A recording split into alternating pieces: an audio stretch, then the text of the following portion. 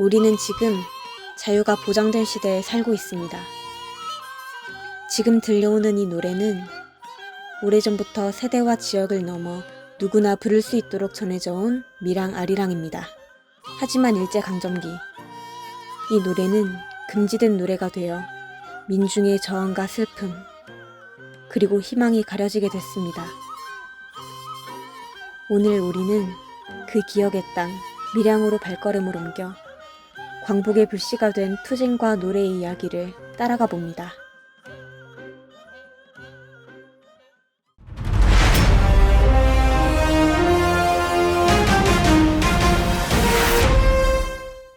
이곳은 경남 밀양에 위치한 의열기념관입니다. 3.1운동 이후 무장 항일 독립운동을 위해 결성된 의열단. 총과 폭탄을 들고 일제의 중심을 정조준하며 그들은 자유와 정의를 외쳤습니다. 의열기념관은 2018년 3월 7일 날 개관한 공간으로서 큰 특징이 뭔가 하니까 약산 김어몽 장군이 태어난 생가지 터에 조성된 것이라 볼 수가 있습니다. 의열단 자체가 초기 창립 멤버가 10분인데 그 중에 또 4분이 밀양 사람이고 그 출발지가 바로 이 공간입니다. 가장 적은 규모로 가장 적에게 타격을 줄 수 있는 그런 기획으로 만든 단체가 바로 의열단입니다. 당시에 일제강점기 때는 총과 폭탄을 이용해서 의기를 일으키거나 적기관을 파괴하게 되면 굉장히 주목을 받게 됩니다. 근데 이분들 자체가 그 주목을 통해서 모든 사람들을 같이 결기를 일으켜서 일제에 항거하기 위한 그런 목적으로 만들어진 결사대적인 그런 단체라고 볼 수가 있습니다. 단순하게 이 단체가 이제 이것만 했으면 큰 의미가 없겠지만은 계속 확대 발전이 됩니다.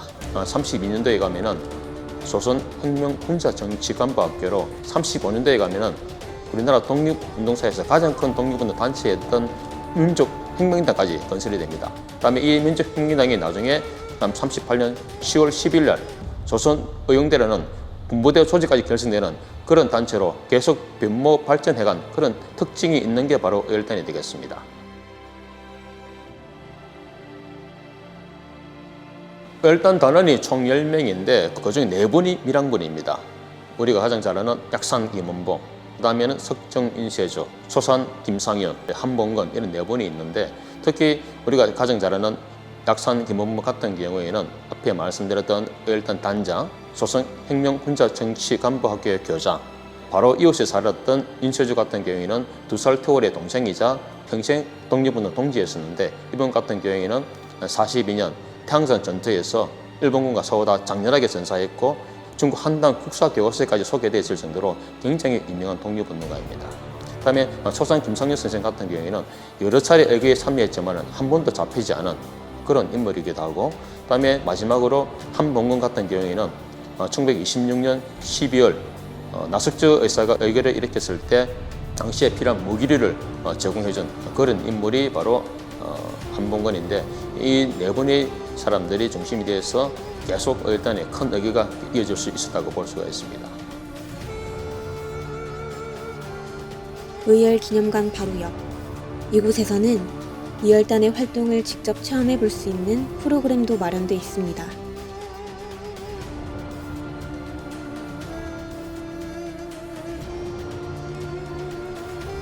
손끝에 닿는 작은 조각들이 당시 그들의 손에 쥐어졌던 결심을 상상하게 합니다. 도심 한복판, 일상의 골목이 한때는 외침의 무대였다는 것을 아시나요? 밀양의 3.1운동은 무려 한 달 이상 이어졌고 중심지에서 시작된 함성은 인근 마을로 퍼져나갔습니다. 남녀노소 가리지 않고 모두가 함께 나섰던 해천 항일운동 테마거리. 그날의 발걸음과 목소리가 이 골목 안에 남아 있습니다. 현재 밀양의 독립운동 수호자가 93분입니다. 3분인데 이 주변에서만 29분이 수원을 받았습니다. 그래서 대한민국에서 독립운동가가 가장 밀집된 유일한 지역이 바로 경남 밀양입니다. 해청 항일운동 테마거리 같은 경우에는 독립운동의 성짐과 동시에 모든 독립투사들의 항일 역정을 한 번에 파악하고 볼 수 있는 유일한 공간이 되겠습니다. 광복은 선언이 아닌 수많은 이름 없는 이들의 희생과 용기가 모여 만들어낸 기적이었습니다. 그들의 목소리는 이 밀양의 골목과 기록 속에 아직도 조용히 살아 숨쉬고 있습니다. 광복 80주년, 오늘 우리는 다시 그 자리에 서서 그 뜻을 마음에 새깁니다.